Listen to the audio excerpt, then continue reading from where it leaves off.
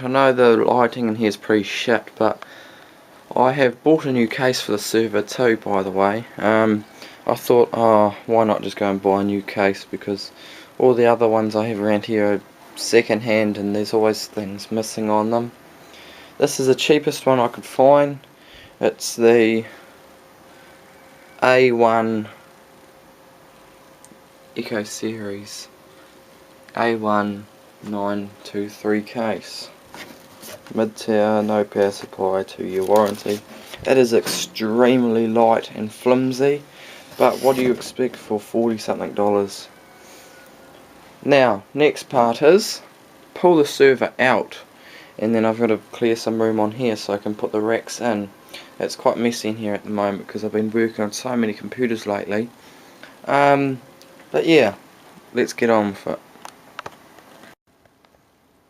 I'm now currently running Windows Home Server 2011. There is a 2012 for the server, as in business server or whatever, but this one's more better for home and new users. It gives you a website to connect to your server from anywhere, and from that website you can control all your computers on the network, access all your files online, unless you got permissions. There's permissions and stuff you can change, so it allows me to enter some folders, and it allows me to block some users from entering some other people's folders and stuff. So it's got a lot more tools than XP, and I recommend it. It's also 64-bit, and because it's a proper server application, it can do a lot of other things. It runs on much better, and it has a much higher internet speed, networking speed output. So before with XP I was only getting about 32 megabytes per second, but if I do it this way then I'm getting about 90 as a maximum, and I'll never go below 65 megabytes per second, and that's transferring 100 something gigabytes of movies from my gaming computer to this server here. Alright, that's enough jabber jabber. I need to shut down the computer now, and once the computer's shut down, then I will pull it out and remove the two bays, and we'll put the hard drive racks in them. Okay, so this is inside the server. Currently we have two hard drives. One's a boot drive, one's a storage drive. There we have the motherboard. This is a out of a compact computer. It's a dual core processor, Athlon 64. Yeah, I've got an LED fan at the front and a normal one at the back. I'm not too worried about the fans and shit in this server, as it just sits there, but it is a hell of a lot quieter than in that case down there, which had a 2,500 RPM fan at the front and back, and that was noisy. So there's a gigabit LAN card. I've tried I'm not too worried about the PCI Express, but PCI works fine. I have a PCI Express gigabit card around here somewhere, but I see no need for two, and I've already tried the PCI Express card and it doesn't run as well as PCI. There's a back. You've got motherboard, power supply, gigabit card. Alright, so I've very roughly and quickly put the hot swap bays in, tidied up the wiring a little bit, but it is quite difficult in servers and stuff because you've got so much shit inside them that you've got loads of cables. So here we have the SATA data cables. There's 3 of them running off the motherboard, plus another one for the hard drive down there for the operating system. That is a 80 gigabyte or 120.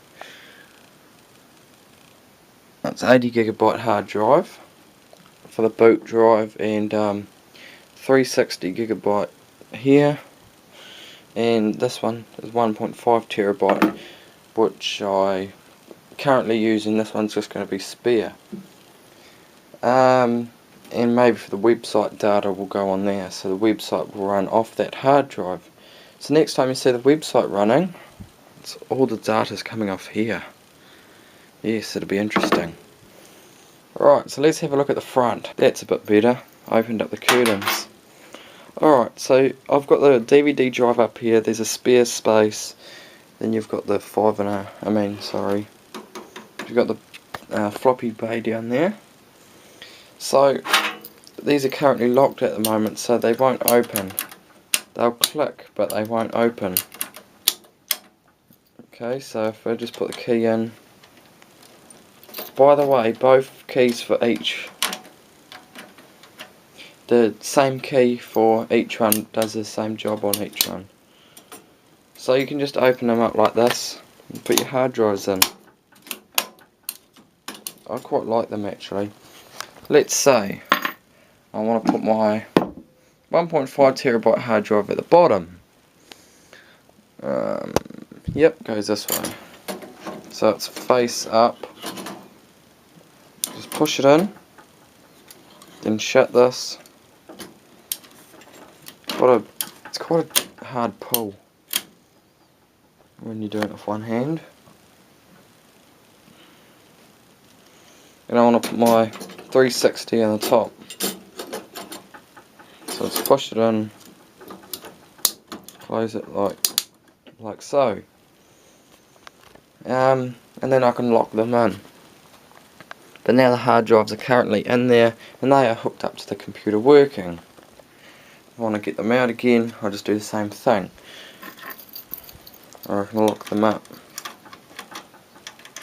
I think I'll keep them locked just as a security measure, because you don't want visitors, kids running around your house, going around turning it off. That's why I've disabled this switch here, disabled that switch. The USBs and shit at the front's been disabled. It's a server, for God's sake. It's not a fucking computer. Well, it's a computer, but it's not a workstation.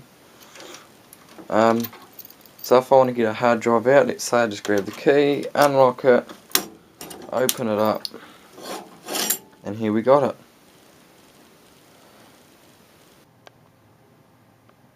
Alright, so here we've got the server running. It's doing backups on computers now, I think. But because most of the computers in the house, there's about 8 of them, I think. Most of them are wired.